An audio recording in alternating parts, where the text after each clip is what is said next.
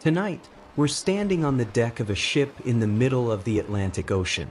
It's December of 1872, and the water around us is the color of old pewter, flat and cold and stretching in every direction until it becomes the sky. The wind is doing something odd. Not howling, not storming, just pressing, just leaning into you in a way that makes you want to look over your shoulder. The ship beneath your feet is solid enough. The ropes are coiled. The cargo is secured. There's food in the galley. There's water. There are clothes laid out in the cabins, still folded, still warm in the way that rooms stay warm for a little while after the people leave them. And here is the thing I need you to sit with for a moment. Here is the thing that is going to follow you gently into sleep tonight.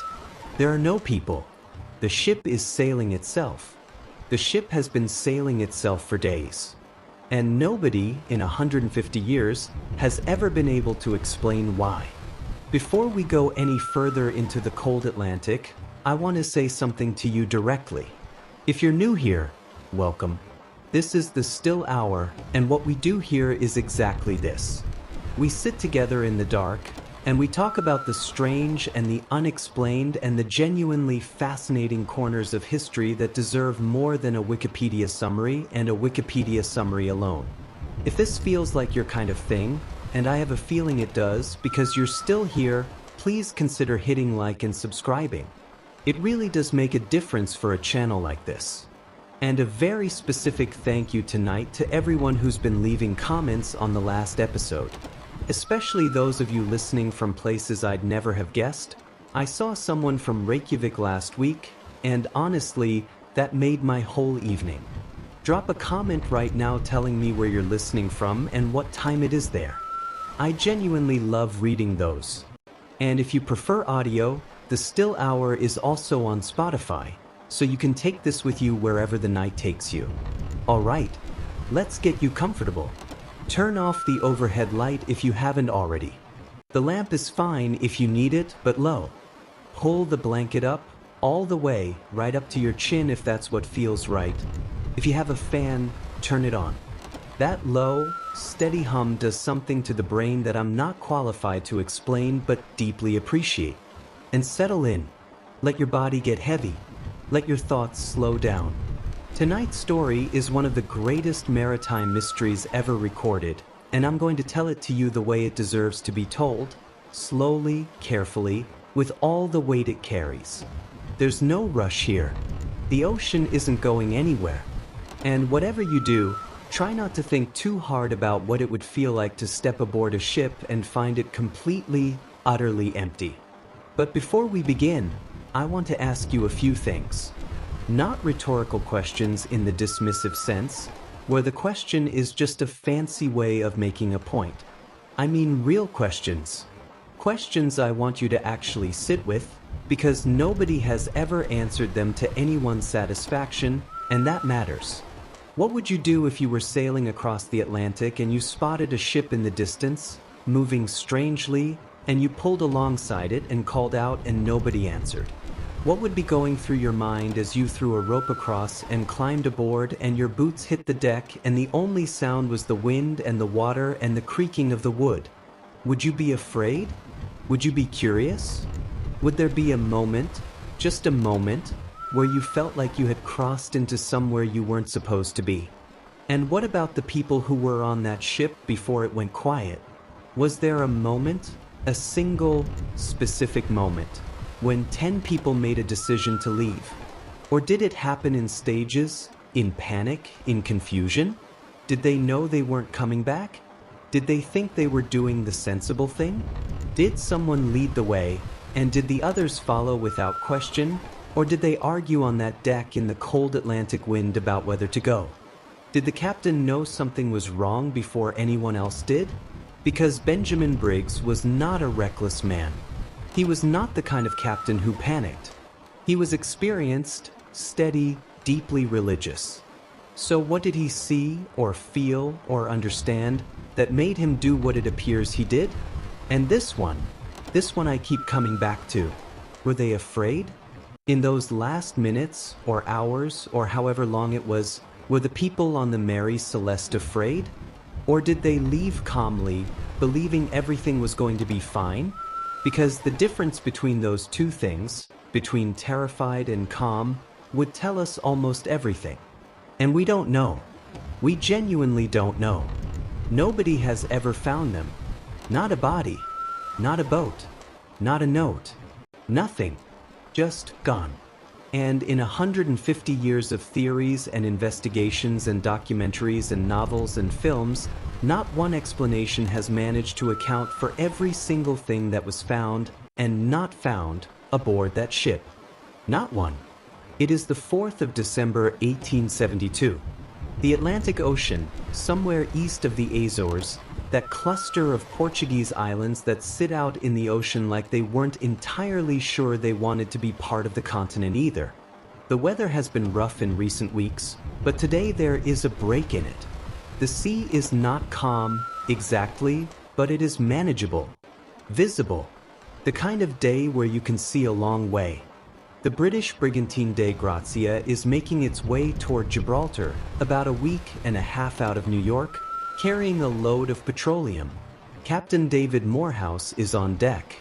And somewhere out there on the horizon, about 6 miles distant, close enough to make out but not close enough to read, there is a ship.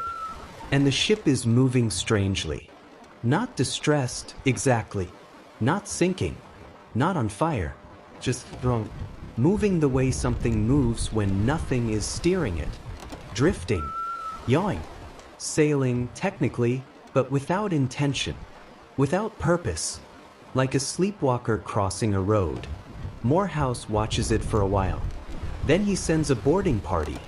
And what they find when they climb aboard that ship is going to be talked about for the rest of human history. Let's start with the ship itself, because the Mary Celeste had a history before the mystery. And that history is strange enough on its own. She was built in 1861 in Spencer's Island, Nova Scotia, a small, quiet shipbuilding community on the Bay of Fundy, where the tides are some of the highest in the world and the men who built ships knew the sea the way some people know their own backyards.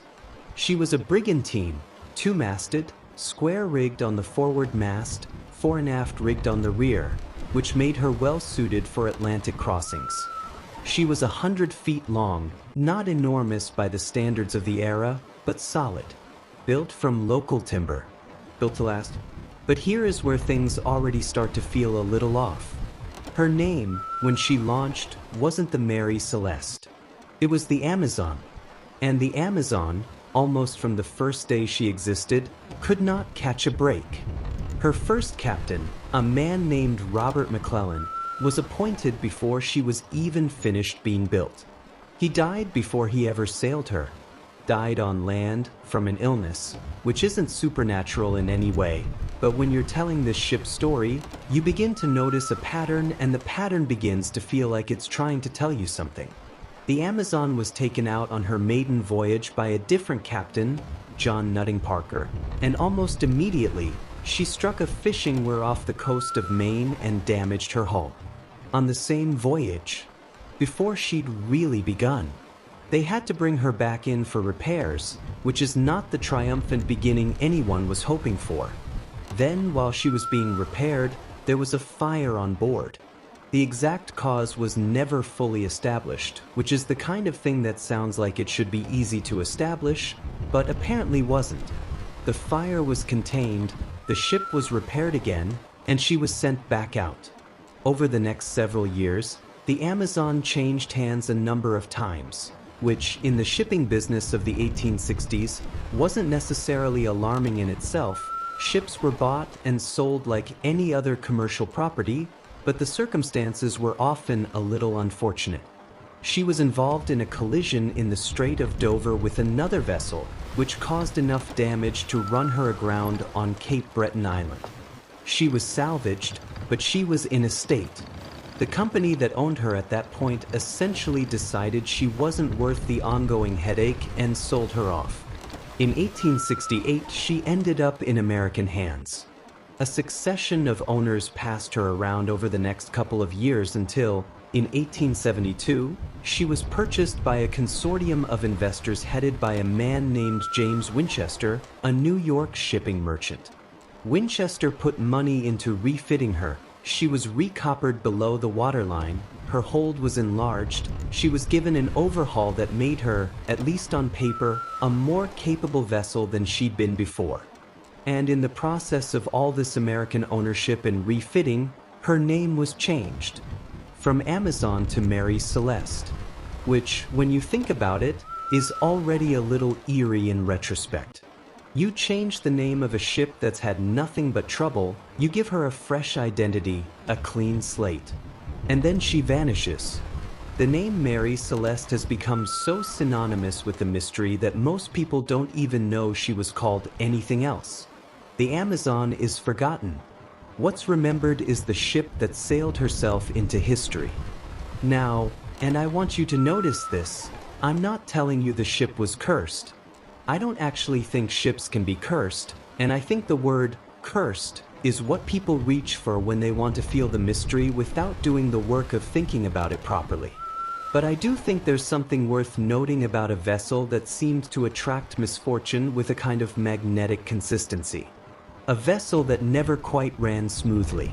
That was always being repaired, always being sold, always in someone's hands who weren't quite sure what to do with her. She was refitted and renamed and sent back out into the Atlantic. And she was fine for a little while. And then she wasn't. By the time she became famous, the Mary Celeste was 11 years old. Not ancient, not young. Just a working ship in the prime of her working life, with a hold full of industrial alcohol and a crew of 7 sailors plus a captain, and a captain's wife and a captain's baby daughter, all of them pointing themselves at Europe, all of them expecting to arrive. None of them ever did. There is something I keep returning to when I think about the Mary Celeste as a physical object, as a thing made of wood and rope and metal. She was found drifting, and she was found mostly intact, and she sailed on for years after the mystery. She didn't sink until 1885, more than a decade later, and even then it was a deliberate wrecking by her captain at the time, which is another story entirely. She outlasted the mystery of her own crew. She kept sailing when the people who sailed her were gone. And I think there's something in that image. A ship that continues, that persists, that keeps moving through the water without anyone telling it to, that gets under your skin in a way that's hard to articulate but impossible to shake.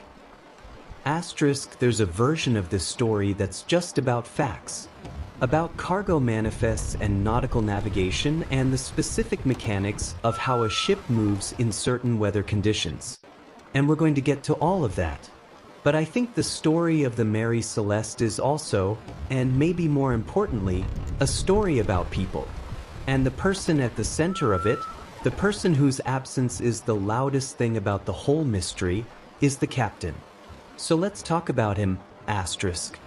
Benjamin Spooner Briggs was 37 years old in 1872, and by every account available to us, and there are quite a few, because Briggs was a letter writer, a correspondent, a man who put his thoughts down on paper with some regularity, he was exactly the kind of person you would want in charge of a ship crossing the Atlantic Ocean in the middle of autumn.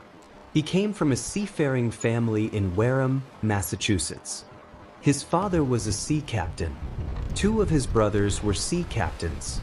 The sea was not something Briggs chose, exactly, it was more something he grew up into, the way some people grow up into medicine or farming, because it was simply the texture of the world around them. He had his first command at 24, which tells you something about how quickly he was recognized as competent. He'd crossed the Atlantic multiple times. He knew his business. But here is what I want you to understand about Benjamin Briggs, because I think the versions of this story that treat him as a kind of cipher, as just the absent captain, the missing man, the blank space at the center of the mystery, do him a real disservice. He was a deeply religious man. Not performatively, not in the fire and brimstone sense that sometimes gets attached to New England religiosity in that era, but genuinely, quietly, consistently devout. He read the Bible. He didn't allow alcohol on his ships, which is worth noting given that the Mary Celeste was carrying a hold full of it. He ran a clean, orderly vessel. He was the kind of man who believed that if you did things properly, if you were careful and honest and prepared, things would generally go well. He had confidence in the world that came from having faith in something larger than himself. He was also, by all the evidence we have, a loving husband and father. His wife, Sarah Elizabeth Briggs, was 30 years old. They had 2 children, a son named Arthur, who was 7 years old and who stayed home in Massachusetts with relatives, which is a detail that occasionally breaks my heart a little when I think about it, and a daughter, Sophia Matilda Briggs, who was 2 years old and who came with them. Sophia was on the ship. The decision to bring Sarah and Sophia wasn't reckless or unusual for the era. Captains frequently brought their wives and young children on voyages. The captain's quarters on a ship like the Mary Celeste were reasonably comfortable. A proper cabin, not luxurious but private, with space for a bed and a writing desk and the small domesticities that made a long sea voyage bearable. Sarah Briggs was not a reluctant sailor's wife. She was engaged, curious, competent. She played the melodeon, a small, portable keyboard instrument, a kind of compact organ, and she brought it aboard. She wrote letters. She was present in the life of the voyage, not just a passenger but a participant. The last letter Benjamin Briggs wrote before the Mary Celeste departed was to his mother, and it is, in the context of what followed, one of the most quietly devastating documents in the history of maritime mystery. Not because it says anything alarming, because it doesn't. He writes about the ship, that she seems to be in good order, that he's pleased with her so far. He writes about the weather and the prospects for the voyage. He mentions Sarah and Sophia, who are both well. He sounds, in every sentence of that letter, like a man who is about to do a thing he has done many times before, and expects to do successfully, and expects to be home from in a few months. He sounds like a man making an ordinary departure. He sounds like a man who doesn't know he's writing his last letter. Which, of course, he didn't know. Nobody writes their last letter knowing it's the last one. That's the terrible, mundane sadness of it. You write as though there will be more, because there always has been, and then there isn't. He signed off warmly. He told his mother he hoped to write again from the Azores, if the passage allowed for it. The passage did not allow for it. Now, the crew. Because Briggs chose his crew carefully, and the men he chose matter to this story. There were 7 of them, plus Briggs himself.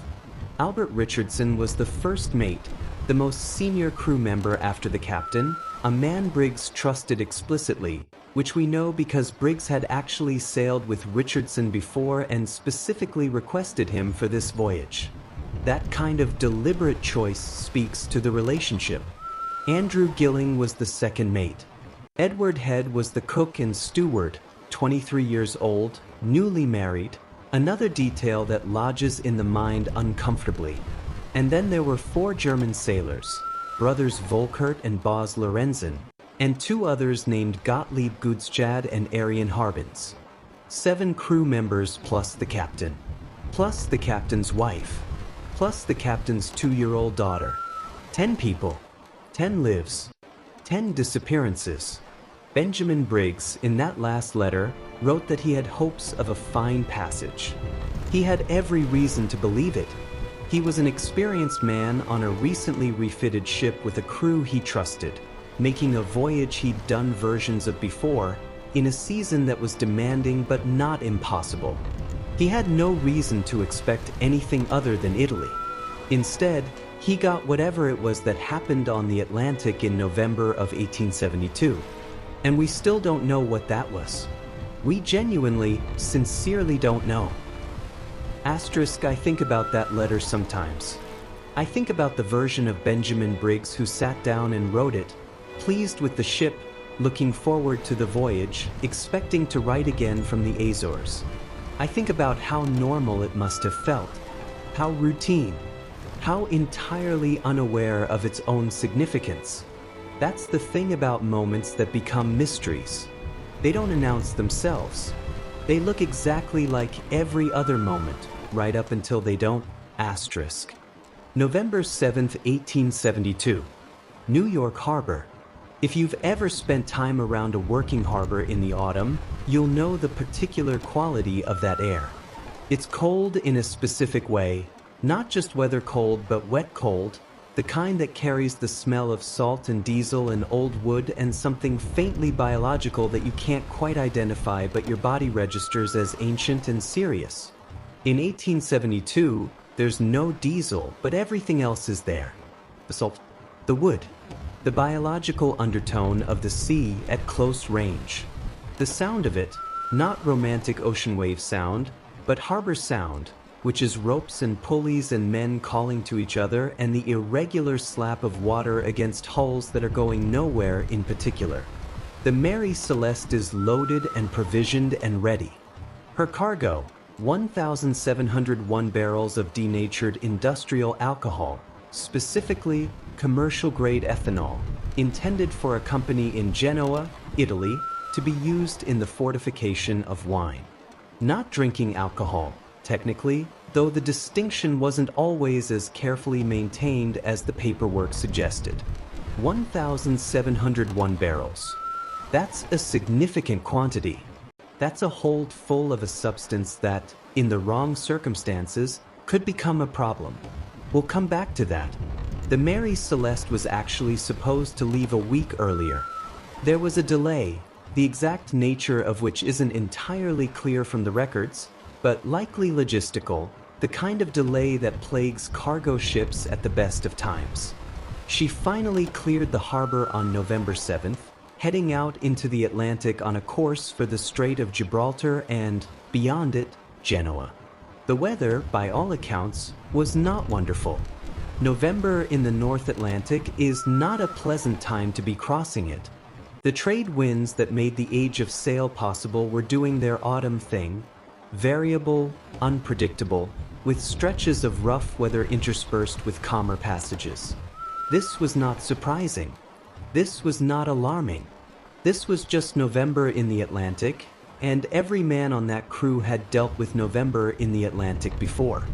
The early entries in the ship's log, and the log is one of the few primary documents we actually have from the voyage, are unremarkable in the best possible way.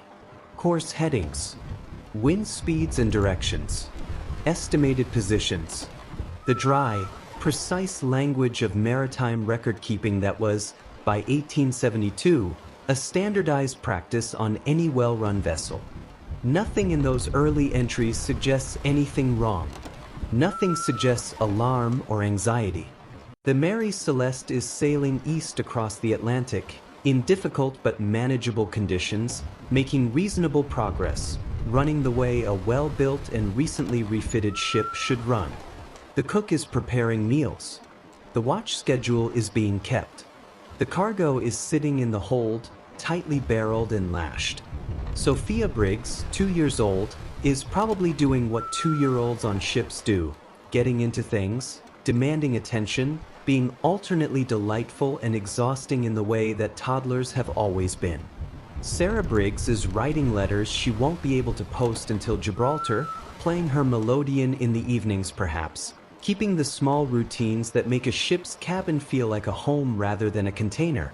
Benjamin Briggs is on deck, watching the sea, checking the charts, doing his job, trusting his crew, trusting his ship, trusting the voyage. The log entries continue. Positions are recorded. The ship progresses eastward. And then, the 25th of November 1872. This is the last entry in the ship's log. The last confirmed moment we have any reliable record of the Mary Celeste and the people aboard her. The position recorded is approximately 100 miles west-southwest of the island of São Miguel in the Azores. The weather notation suggests it had been rough. There had been significant winds and heavy seas in the preceding days, which tracks with what we know about weather patterns in that part of the Atlantic in that particular period of the year. But the notation doesn't suggest anything catastrophic. It doesn't suggest a ship in crisis. It's the same dry, precise language as all the other entries before it. A position, a date, a wind direction, and then nothing. 10 days of nothing. 10 days between the last log entry and the moment the Dei Grazia spots the ship drifting 400 miles east of where that last entry was made. 10 days that nobody has ever been able to account for. Here is the mathematical strangeness of that gap. The ship, in those 10 days, covered approximately 400 miles, which, given the prevailing winds and currents in that part of the Atlantic, is not impossible for an unmanned vessel under partial sail. The ocean can move a ship. Wind can fill a sail without anyone pulling a rope. But 400 miles is also a lot of distance. And the ship wasn't just drifting, she was partially sailing, which means the sails were set, which means someone set them at some point, which means at some point in those 10 days, people were still on board. But we don't know when they left. We don't know if it happened on the 25th of November or the 26th or the 30th. We don't know if it happened gradually, one thing going wrong, then another, or all at once. We have 10 days and 400 miles and 10 missing people and a ship that just kept going, oblivious, heading vaguely toward Europe all by itself. Which, when you think about it, is extraordinary.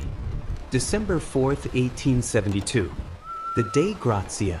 Captain David Morehouse was, by all accounts, a capable and experienced sailor, and he was also, and this is one of the details about this story that I find genuinely fascinating, the way it keeps pulling things together and making them more complex. A personal friend of Benjamin Briggs. The two men had actually had dinner together in New York just days before both ships departed. Morehouse and Briggs. Two captains, two ships, both headed toward Gibraltar. They ate together, talked about the voyage ahead, probably exchanged the kind of professional observations that experienced sailors share when they have the chance. And then they went their separate ways into the Atlantic. The Dei Grazia had departed New York 8 days after the Mary Celeste, carrying petroleum, making decent time. And on the 4th of December, somewhere around 2 in the afternoon, one of Morehouse's crew, the helmsman, a man named John Johnson, spotted something on the horizon. A ship, moving strangely. This is the thing I want you to picture. You're out in the open Atlantic, days from the nearest land, in a sea that is populated but not crowded. Other ships exist out here, but you might go a full day without seeing one on the horizon. And you see a ship, and the ship is doing something wrong. Not dramatically wrong, not capsizing, not sinking, not on fire. Just wrong in a way that your experienced eye registers immediately as a problem, even if you can't immediately say what the problem is. Morehouse watched the ship through his glass.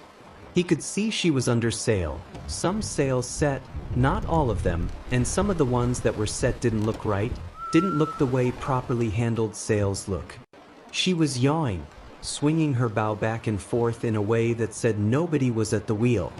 And she was showing no signals, no distress flags, no response to the Dei Grazia's signals. Nothing. He sent a boarding party. Oliver DeVoe, his first mate, led it. 2 other crew members came with him. They pulled across in a small boat, came alongside the drifting ship, and climbed aboard.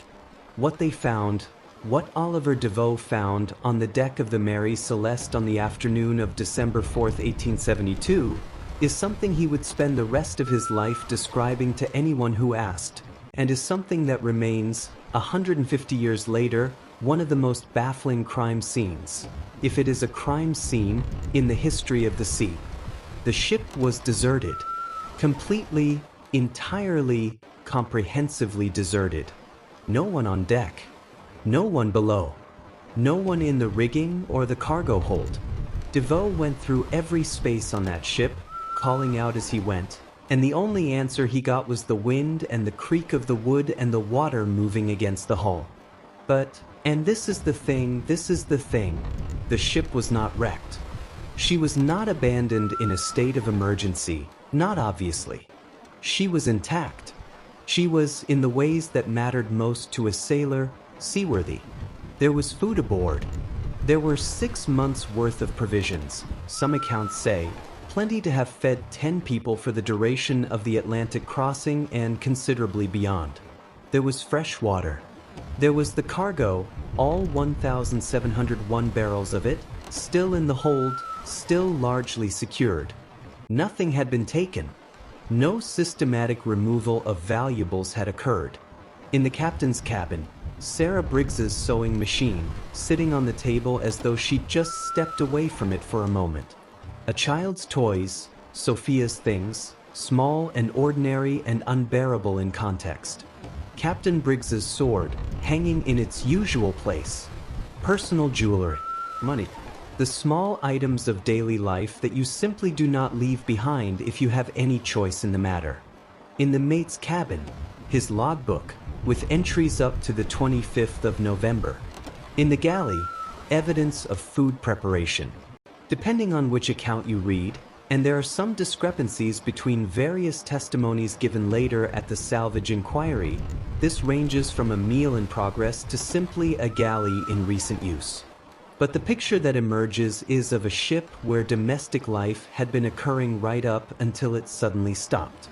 The crew's quarters showed their belongings still packed or hung or folded. Clothing, boots, oilskins, things you would take if you were leaving deliberately, if you had time to pack. Things you would leave behind only if you left in a hurry. The compass, the binnacle compass, the one used to steer the ship, had been damaged. Knocked off its mount or dropped, accounts vary slightly. But it was not in working condition. The ship's papers, the official documentation of the voyage, the register, the cargo manifest, some of the navigation logs, were partly missing. Not entirely. The mate's log was there, but the captain's logbook, the one that would have contained the most recent entries, was not found. Some of the navigation instruments were not found, and the lifeboat was gone. The Mary Celeste carried a lifeboat, a yawl, specifically a small sailing vessel capable of carrying a number of people. It was typically stored on deck, over the main hatch, secured in place. It was not on deck. It was not in the water alongside the ship. It was simply not there. And trailing from the stern of the Mary Celeste, in the water behind her, was a length of rope. The end of the rope was frayed. Not cut cleanly, frayed, as though it had been under tension and then given way, or been cut in a hurry with something other than a proper knife. DeVoe brought all of this back to Morehouse. Everything he'd found and everything he hadn't.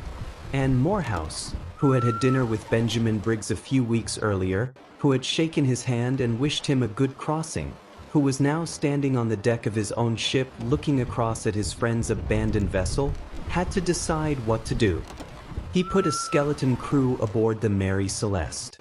DeVoe himself took charge of her, and they sailed her to Gibraltar, arriving on the 13th of December, where the case was immediately referred to the Vice Admiralty Court, and the mystery of the Mary Celeste formally began. Asterisk, you can understand why Morehouse did what he did. A ship in the open ocean, seaworthy and laden with valuable cargo, is a salvage opportunity of significant financial consequence. The rules of maritime salvage were well established. He was entitled to bring her in. He was entitled to a share of her value. None of this was improper.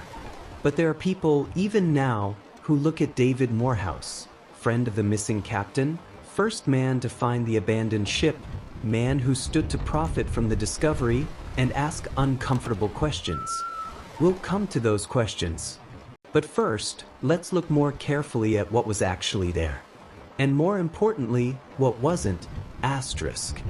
There's a way of understanding the mystery of the Mary Celeste that focuses entirely on what was found. The sewing machine, the toys, the food and water, the cargo, the unmolested personal belongings. All of this is strange, All of this requires explanation. But I think the more interesting reading, the reading that gets you closer to whatever actually happened, is to focus on what was missing. Because what was missing is, in some ways, more carefully curated than what was left behind. It has the quality, when you look at it closely, of a list. A deliberate list. Things that were taken for a reason. The lifeboat, already mentioned, but worth dwelling on. The Mary Celeste's yawl was not a small dinghy. It was a proper ship's boat, capable of sailing as well as rowing, built to carry a significant number of people. Getting it off the deck and into the water was not a trivial operation. It wasn't something you did on impulse, in a moment of panic, without thinking. Lowering a ship's boat in heavy Atlantic seas takes time and coordination and, if you're going to do it safely, a measure of calm. The boat was gone. The rope trailing behind the ship suggests it was launched and then towed. The Mary Celeste is sailing and the lifeboat is behind her, attached by a line. And then something happened to that line. It parted or it was cut. And the lifeboat, with whoever was in it, was no longer connected to the ship. Think about that image for a moment. 10 people in a lifeboat in the open Atlantic in November, watching their ship continue on without them. Watching it sail away. Watching it get smaller and smaller until, what? Until they couldn't see it anymore? Until it disappeared over the horizon? Did they try to catch it? Could they have caught it in that weather, in a boat under or sail? The ship was moving. The boat was smaller and slower. The gap between them would only grow. Nobody has ever found the lifeboat. Nobody has ever found any of the 10 people. The chronometer. This is the navigational instrument that allows you to determine your longitude, your east-west position, by comparing local time with the reference time. Without a chronometer, you can still navigate in a general sense, using the sun and stars to determine latitude, but your longitude becomes an estimate rather than a calculation. The chronometer was taken. Someone removed it. Someone decided, when they left the Mary Celeste, that they needed to know where they were going. That's not the action of a group in blind panic. That's the action of someone who was planning to navigate. Someone who thought they had a destination. The sextant, another navigation instrument used for measuring angles between celestial objects and the horizon to determine position. Also gone. Someone took both the primary navigation instruments. Someone intended to know where they were. Some of the navigation papers. Specifically, the ship's register, the official document establishing the identity and ownership of the vessel, and some of the papers that would have been needed for the cargo. These were gone. Not all the papers. The mate's logbook was there, as we've established. But specific documents, documents that identified the ship and validated her cargo, were missing. Which, if you think about it for a moment, is an odd selection. Why take the ship's register? If you're abandoning ship in a crisis, why does the register matter? It doesn't help you survive. It doesn't help you navigate. But it does establish the ship's identity. The British Vice Admiralty Court convened in Gibraltar in December of 1872. The Mary Celeste had been brought into port by the crew of the Dei Grazia, the ship that had spotted her drifting and made the decision to board and salvage her. And now the wheels of formal maritime bureaucracy had begun to turn, slowly, as they always do. There were testimonies to take, logs to examine, questions to ask, and presiding over the whole thing, in the way that certain men preside over certain things, with absolute authority and absolutely unshakable certainty, was Frederick Sollyflood. Sollyflood was the Attorney General for Gibraltar. He was experienced, he was respected, and by all accounts he was the kind of man who walked into a room already knowing the answer and then looked for the evidence to match. Which is a problem in any profession. It is a particularly large problem when you are in charge of determining the truth. He looked at the Mary Celeste and he saw, very clearly, what had happened. Murder. Or mutiny. One or the other, or possibly both. The crew of the Dei Grazia, Captain David Morehouse and his men, had, in Solly Flood's reading of events, either orchestrated or carried out violence against the captain and crew of the Mary Celeste. Perhaps they had conspired together in advance. Perhaps there had been a confrontation at sea. Either way, Solly Flood was convinced that what he was looking at was a crime scene, and he proceeded accordingly. Now here is the thing about Solly Flood. He was so convinced he was right that he stopped looking for evidence and started looking for confirmation, which is a very human thing to do, and a very dangerous one. His first theory, the one he returned to again and again, was that the crew of the Mary Celeste had gotten into the cargo. The ship was carrying 1,701 barrels of commercial alcohol, bound for a buyer in Genoa. Solly Flood's version of events was that the crew had helped themselves to this alcohol, gotten roaring drunk, killed the captain and his family in a frenzy of drunken violence, then somehow fled the ship and been picked up by the Dei Grazia as part of a pre-planned scheme. It was a compelling theory. It had motive, opportunity, and a certain lurid drama that made it feel convincing. There was one significant problem with it, which is that the alcohol in the cargo hold was not drinking alcohol. It was industrial, denatured, toxic, almost certainly undrinkable in any quantity that wouldn't kill you before it made you violent. A crew member who helped themselves to that particular cargo wouldn't start a mutiny. They would just quietly die. And then there was the matter of the evidence, or more precisely, the matter of there being none. The inquiry's own investigators found no signs of violence anywhere on the ship. No blood, no damage consistent with a struggle, no weapons, no body, nothing on the hull or the deck or inside the cabins to suggest that anything other than a very orderly and very hurried departure had taken place. One investigator thought he found bloodstains on the deck and on the captain's sword, and for a brief period Solly Flood was triumphant. But when the samples were sent for analysis, the result came back. Not blood. Not human, not animal. With stain most likely. Or rust. Or simply the sea doing what the sea does to a ship that has been drifting alone for weeks. The inquiry dragged on into January of 1873. It produced a great deal of testimony, a great deal of paperwork, and almost no answers. Solly Flood remained convinced that something sinister had occurred, and his conviction colored everything, including, it seems, the court's eventual decision on the salvage claim. The crew of the Dei Grazia had done something genuinely admirable. They had spotted an abandoned vessel, boarded her in difficult conditions, sailed her into port, and in doing so had preserved not just the ship but her entire cargo.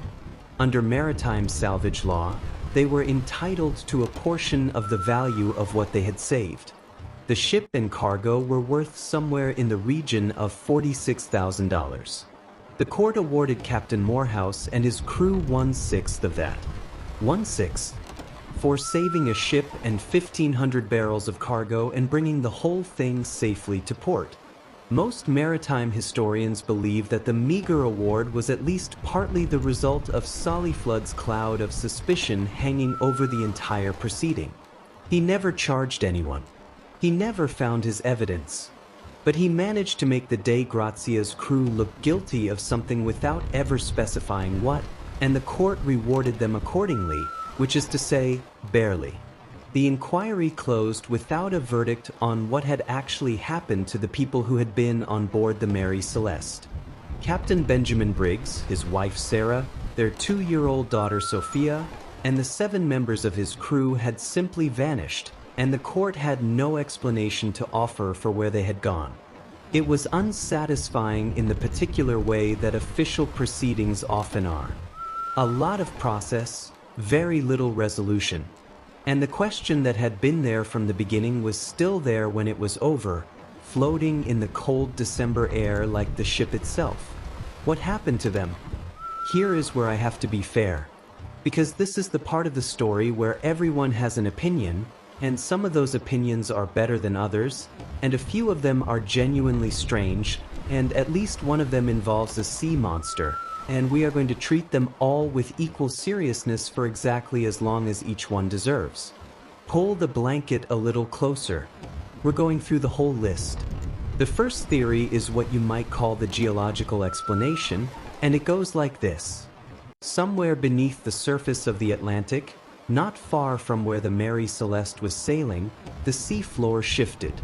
An underwater earthquake, what sailors and scientists call a seaquake, sent a wave of pressure upward through the water and hit the hull of the ship from below.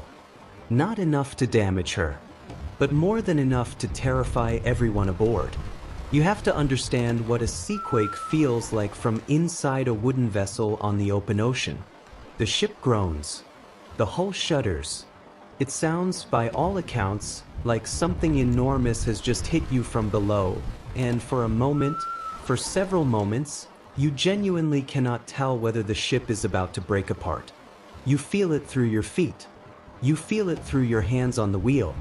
It is deeply, instinctively alarming in a way that is very hard to reason yourself out of, because your body is already convinced that you are about to die.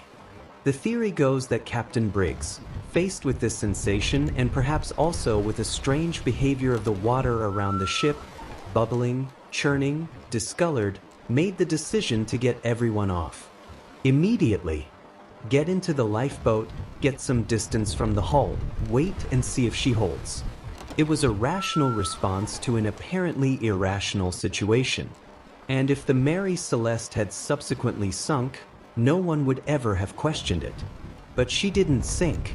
She held together, drifted on, and the lifeboat, with 10 people in it, in the North Atlantic in late November, was never seen again. The seaquake theory has a certain elegance to it. It explains the urgency of the departure. It explains why so much was left behind. It even explains why the ship was found in good condition, because there was nothing actually wrong with her. The problem is that we have no record of seismic activity in that area at that time, and a lifeboat in those waters, with those people aboard, even for a day or two, would have been in very serious danger. The Atlantic in late autumn does not forgive small boats and unprepared passengers. A waterspout has also been suggested, a column of water thrown up by a storm system, terrifying to witness, powerful enough to capsize a lifeboat but perhaps not powerful enough to damage a fully rigged brigantine. Same basic logic. Same basic problem. We can't confirm it happened. And the ship was fine. The second theory is the one that most maritime historians currently find the most plausible, and I want to walk through it carefully because the details matter.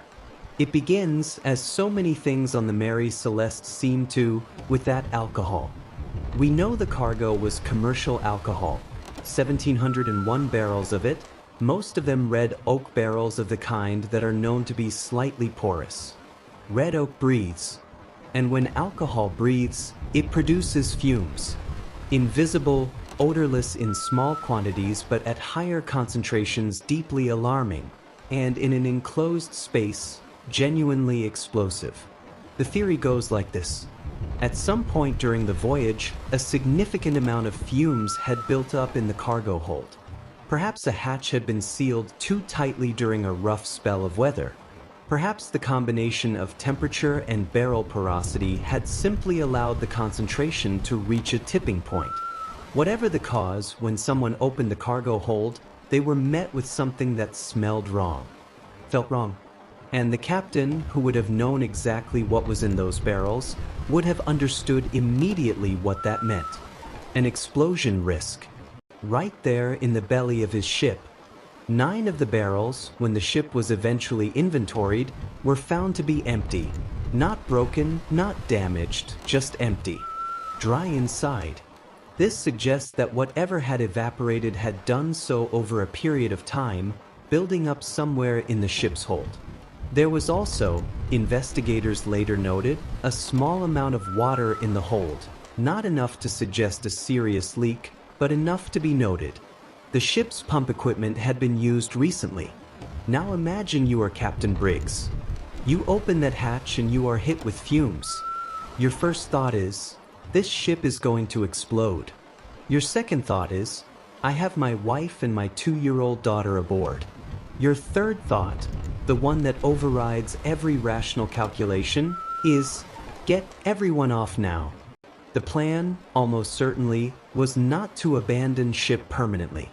The plan was to get everyone into the lifeboat, get some distance, wait for the fumes to disperse, and then row back and reboard. A temporary evacuation. Sensible even. The kind of decision a careful, experienced captain might make. But the Mary Celeste was not stationary. She was under sail. And the line attaching the lifeboat to the ship, the halyard that had been hastily rigged as a tow rope, was not built for this. It was too thin, or too short, or simply not properly secured in the rush. And at some point in the chop of the Atlantic, it broke. The ship sailed on. The lifeboat did not. I find this theory genuinely difficult to sit with because of what it implies. It implies that the last thing those 10 people saw as the distance between them and the Mary Celeste grew larger and larger was their ship, intact, afloat, sails set, moving steadily away from them, and there was nothing they could do about it. The thing that was supposed to save them was leaving them behind. That's where the alcohol fumes theory still breaks down a little, if you press on it. We can't confirm the fumes reached a dangerous level. We can't confirm the tow rope snapped rather than being deliberately cast off. And we still can't fully explain the navigational instruments that were missing, or some of the other details that suggest a departure that was hurried but not entirely panicked. It is the best theory we have. It is not a complete answer. The third theory is mutiny, and we should be honest about it even though the evidence for it is essentially non-existent. The idea is that something went wrong between the captain and his crew, a dispute over wages, discipline, direction, any of the thousand small frictions that could build on a long ocean voyage, and it turned violent. The crew killed the captain, perhaps his family, perhaps some of their own number, and then fled in the lifeboat and were never found. The problem, the significant, fatal problem, is that there is no evidence of violence anywhere on that ship. None. We are not talking about a crime scene where the evidence was cleaned up. We are talking about a ship where experienced investigators with a strong prior conviction that violence had occurred looked extremely hard for any trace of it and found nothing that held up to scrutiny. Mutiny is a compelling word. It just doesn't have anything to stand on here.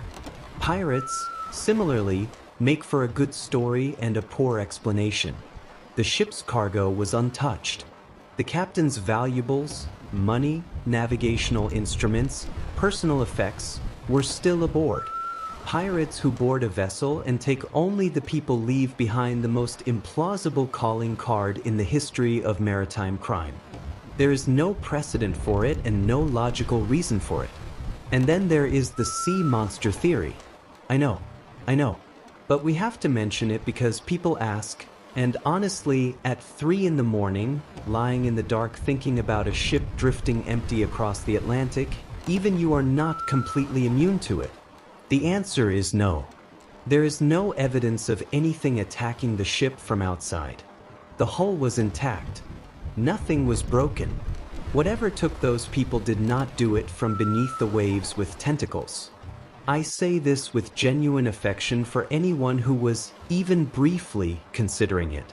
Insurance fraud is perhaps the most intriguing of the remaining theories, if only because it involves the one element that solves mysteries: human motive. The idea is that Captain Briggs and the ship's owner, James Winchester, had cooked up a scheme to scuttle the ship and collect the insurance, with Briggs and his family and crew disappearing to start over somewhere. The plan would have involved another ship, possibly even the Dei Grazia, picking them up. This theory has the advantage of explaining the orderly departure. It has the disadvantage of being completely inconsistent with everything we know about Benjamin Briggs. He was a deeply religious man. He came from a seafaring family with a long reputation for integrity. He was financially comfortable. He owned shares in the Mary Celeste himself. He had no debts of record, no known enemies, no apparent reason to throw away his life and his name and his family's future for an insurance payout. And he had brought his wife and his 2-year-old daughter on this voyage. That last part is the one that always stops me. Because if you were planning to disappear, if you were planning something deliberate and deceptive that you knew might be dangerous, would you bring your child? Would you put your toddler in a lifeboat in the North Atlantic in November as part of a scheme? I don't think you would. And I don't think he did. The honest answer, the one that every serious maritime historian eventually arrives at, however reluctantly, is that we don't know. We have good theories, and we have bad theories, and we have the alcohol fumes theory, which is the best we've got, and even that has gaps in it you could sail a ship through. The Mary Celeste left no confession. The ocean offered no witness. And sometimes that's the answer. Sometimes the ocean keeps its secrets. And as frustrating as that is to say, as unsatisfying as it feels after all the detail and all the theorizing and all the years of people trying to work it out, sometimes the most truthful thing you can offer is simply, I don't know. And neither does anyone else. I want to slow down here. I want to slow down quite a lot, actually, because this is the part of the story that gets overlooked. In all the theorizing and the inquiry and the legal proceedings and the cultural mythology that grew up around the Mary Celeste, it is very easy to forget that this was not just a puzzle. It was a tragedy. And there were people sitting in houses on land, in Massachusetts and New York and Germany and Denmark, waiting for news that was never going to come. Sarah Briggs had written letters home to her mother-in-law before the ship sailed. Warm letters, ordinary letters, the kind of letters people write when they expect to be home in a few months and they want to keep the connection going across the distance. She wrote about the ship, about the crew, about little Sophia, who had apparently decided that life at sea agreed with her. She wrote that she was happy. Maria Briggs, Benjamin's mother, received those letters. And then she waited. And then, eventually, someone came with different news. I keep thinking about what it is like to receive a letter from someone you love that was written before they disappeared. The letter is cheerful. The letter is ordinary. The person who wrote it had no idea it would be the last one. You hold it and it is warm, and everything in it is wrong now, and there is no letter that comes after it. There never will be. Sarah's family waited too, in a different kind of agony, the particular agony of a mystery where there is no confirmed death and therefore no confirmed grief. You cannot properly mourn someone who might still be alive. You cannot close a door that was never clearly shut. It is its own particular cruelty, not knowing. Worse, in some ways, than a confirmed loss, because confirmed loss at least gives you something to stand on. And then there were 7 men whose names deserve to be said aloud, because they rarely are. Albert Richardson was the first mate. He was 28 years old and recently married, and his wife was waiting for him in New York. Andrew Gilling was the second mate. Danish, 25 years old, the kind of young man who had his whole life arranged in front of him like a set table. Volkert Lorentzen and his brother Bos Lorentzen were German sailors. 2 brothers who had shipped together, which is a thing that seems sweet until you think about what it means for a family to lose both of them at once. Arian Martens was another German sailor. Gottlieb Gondeschok was German as well, and if you are noticing that several of the crew were German nationals, you are right, and their families were very far away, and the news took a very long time to reach them. Edward Head was the cook. He was an American, the newest member of the crew, and he had joined the voyage as a last-minute replacement. He had presumably thought it was a good opportunity. 7 men. 7 sets of families.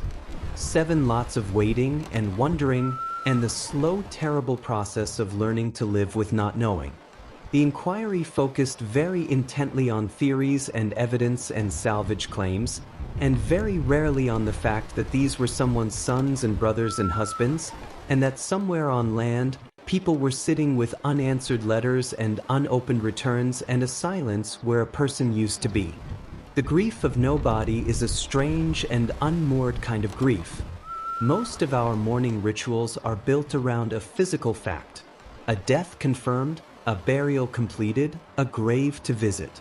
When there is no body, there is no ritual to complete.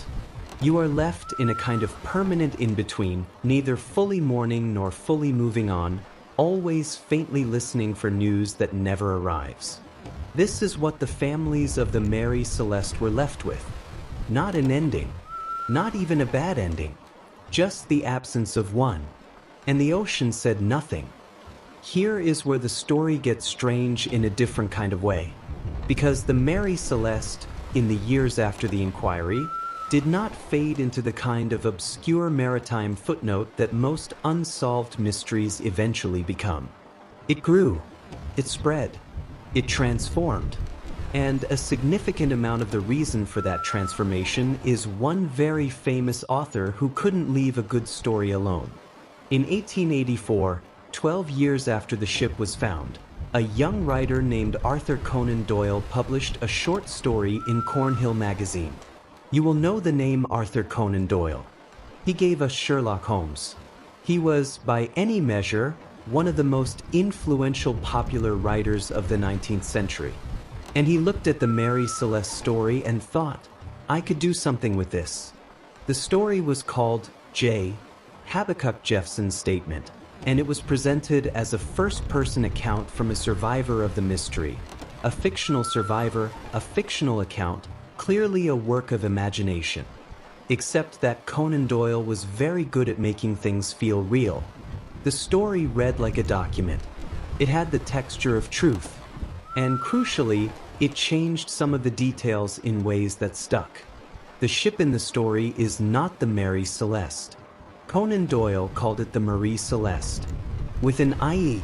And for reasons that probably have to do with the tremendous reach of his readership and the way a compelling wrong answer tends to crowd out a boring right one, this error lodged itself into popular consciousness so firmly that 150 years later people are still calling it the Marie Celeste.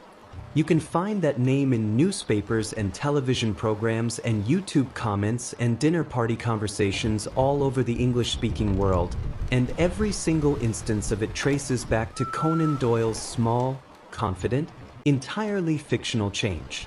This is how myth works. It doesn't replace the facts so much as it occupies the same space they were meant to occupy, and eventually you can't tell them apart.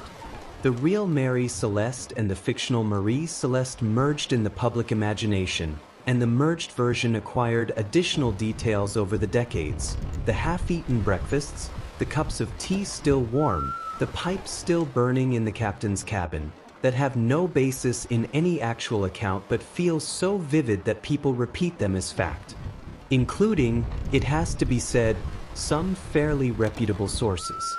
The story was retold and reinvented and adapted and misremembered through the late 19th century, through the early 20th, through the age of radio and then television and then the internet, each retelling adding a little and dropping a little and nudging the mystery slightly further from its actual shape.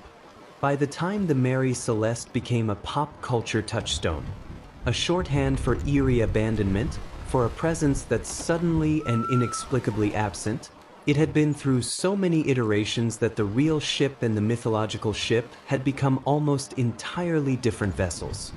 And speaking of the real ship, here is what actually happened to her. After the inquiry, the Mary Celeste was repaired, recertified, and returned to service. She was sold, and then sold again, and then sold again after that.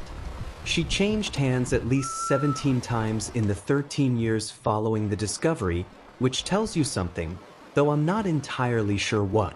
Perhaps that no one wanted to keep her too long. Perhaps that the association with the mystery was either irresistible or deeply uncomfortable, depending on who was buying. Her final owner was a man named Gilman Parker, and in January of 1885, he sailed the Mary Celeste to Haiti and ran her aground on a reef off Rochlois. Deliberately, intentionally, as part of an insurance fraud scheme. an actual, confirmed, documented insurance fraud scheme to collect on the inflated value he had assigned to the cargo. Parker was caught, tried, and the fraud was proven. The case fell apart on a technicality before sentencing could be carried out, and he died a few months later in what his contemporaries described as poverty and disgrace. But think about it. The ship that everyone studied for signs of crime, the ship that Frederick Flood was so certain had been the scene of violence and deception, the ship that the inquiry couldn't pin anything on, that ship met its end through exactly the kind of sordid human greed and deliberate dishonesty that everyone had accused it of in the first place. Just 13 years later, with a different captain, on a different ocean, the Mary Celeste, it turns out, did eventually become a crime scene. Just not the one anyone was looking for. There is something I want to say to you now, and I want to say it slowly, because I think it matters. And I think it might actually be more interesting than the theories. We don't know what happened to the people on the Mary Celeste. We have been trying to figure it out for 150 years. We have had inquiries and investigators and maritime historians and amateur sleuths and documentaries and articles and books and at least one television special that I'm aware of, and after all of it, we are still standing more or less where Frederick Flood stood in December of 1872, looking at a ship that floated away with no one on board and no explanation attached. And I think there is something worth sitting with in that. Not in a frustrating way. In a quiet, genuinely honest way. The ocean is very large. You forget this, living on land. You see maps and the ocean is blue and it has a shape, and it looks like a thing you can understand. But from the surface of it, on a ship, in late November, in the North Atlantic, it is immense in a way that resists comprehension. In every direction, water. To the horizon and then beyond it, more water. Cold, dark, deep beyond any depth that means anything to a human body. Ships disappear in it all the time. Not as often as they used to, now that we have GPS and radio and satellite communication and Coast Guard services that can reach you almost anywhere. But still, ships go down. Boats are lost. People fall overboard and are not recovered. The sea takes things and keeps them. This is not poetic, or rather, it is poetic, but it is also simply true in the most literal physical sense. The Mary Celeste became famous not because it was the strangest disappearance in maritime history, but because it was found. That is actually the whole thing. Thousands of ships have been lost at sea without explanation. Most of them we will never hear about. We don't know their names or their captains or what the cook had prepared for dinner the night before everything went wrong. They are simply gone. The Mary Celeste was found, drifting and intact and empty, and that accidental quality, that it survived without its crew to tell us what happened, is what made it a mystery rather than just a tragedy. Because a tragedy is a closed thing. This was open. This was a question with nothing in the answer box. And we are not good at tolerating unanswered questions, we human beings. We fill them with theories and stories and fictional accounts and documentaries and YouTube videos voiced by someone in a dark room at midnight. We fill them with everything except the truth, because the truth, the honest, unglamorous, unsatisfying truth, is that we don't know. 10 people got onto a ship in New York in November of 1872, and the ship arrived without them, and the ocean hasn't said anything about it since. And maybe that is not the worst thing. Maybe there is something almost restful in that, in a mystery that cannot be solved, that simply exists as it is, permanent and unanswerable, like a question you carry with you for a long time without it needing to be resolved. Most of the questions we carry are like that. We just don't admit it. The ocean keeps its secrets. It always has. And in some corner of the Atlantic, somewhere between the Azores and the Strait of Gibraltar, the question is still out there. Still drifting. Patient as water. Patient as a very long night. I want to bring you back to the ship one more time. Before we close, it is December 1872. The Atlantic is cold in the particular gray way that December Atlantic does, not a dramatic cold, not the kind of cold that announces itself, but a deep, settled, tireless cold that seeps. The sky and the water are almost the same color. There is wind, enough to keep the sails filled, not enough to be called a storm. And there is the Mary Celeste, moving. Sails set, hull sound, everything aboard as it should be, except the people. She is going forward, into the gray, with nobody at the wheel. I find this image very hard to let go of.